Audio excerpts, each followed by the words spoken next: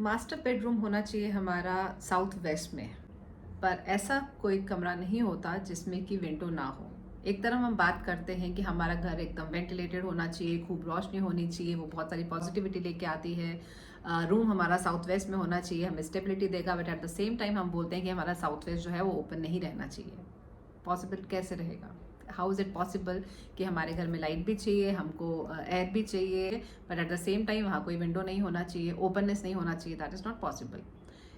इस केस में जहाँ पे हमको साउथ वेस्ट में अपना मास्टर बेडरूम रखना है, विंडो तो हमको चाहिए ही चाहिए। The only thing that you have to be careful about is कि आपके जो विंडो है वो साउथ या साउथ वेस्ट कॉर्नर में ना आए। अगर आपके घर की डायरेक्शंस एकदम परफेक्ट है, नॉर्थ साउथ ईस्ट वेस्ट एकदम परफेक्टली अलाइंड है, north is aligned with 0 degrees, अगर ऐसा है और आपका मास्टर बेडरूम जो है वो साउथ वेस्ट में जा रहा है, ये इंश्योर करो कि सिर्फ साउथ वेस्ट कॉर्नर में, जो कॉर्नर बन रहा है साउथ वेस्ट में, वहाँ विंडो ना आए।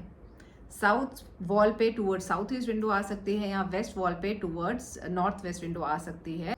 बट बहुत बार ऐसा होता है, आप रेडी टू मूव इन घर लेते हैं या आप ध्यान नहीं देते और आपका एक विंडो बेड के पीछे आ जाता है या आपका एकदम साउथ वेस्ट कॉर्नर में विंडो आ जाता है।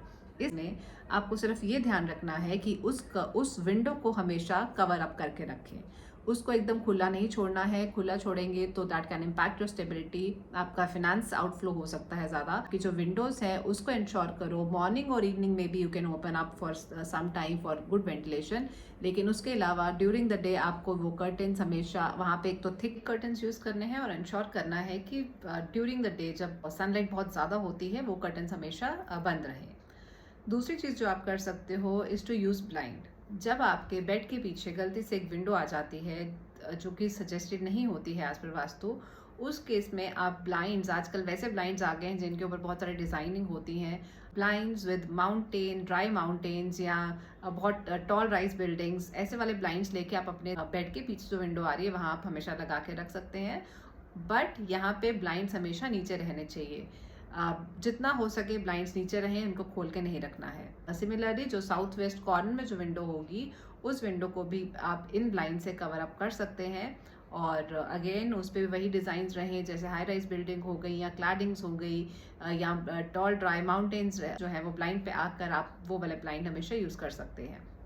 कोशिश करिए कि ऐसे विंडो ना बने साउथ वेस्ट कॉर्नर में या आपके बेड के पीछे। बट अगर आ जाती है तो आप वहाँ पे ब्लाइंड्स यूज़ कर सकते हैं विद सम डिज़ाइनिंग जो कि हैवीनेस क्रिएट करे, या फिर आप वहाँ पे हैवी थिक कर्टन्स यूज़ कर सकते हैं। और इंश्योर करिए कि during the day at least between 11:30 till 5:30 वो कर्टन्स हमेशा बंद रहें। बहुत बार हमारे बेडरूम के साथ हमको बालकनीज भी मिलती हैं। इस केस में यू हैव अनदर ऑप्शन कि आप अपनी बालकनीज को कवर कप कर दे विद द स्लाइडर डोर दे के उन पे आप ब्लैक फिल्म यूज़ कर सकते हैं। ब्लैक फिल्म आप अपनी विंडो के शीशों पे भी यूज़ कर सकते हैं।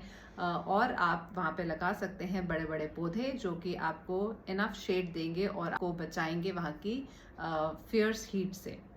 तो ये सब कुछ चीज़ें हैं जो आप फॉलो करनी चाहिए अगर आपके बेडरूम में विंडोज़ आ जाती हैं एकदम साउथ वेस्ट कॉर्नर पे या बेड के पीछे।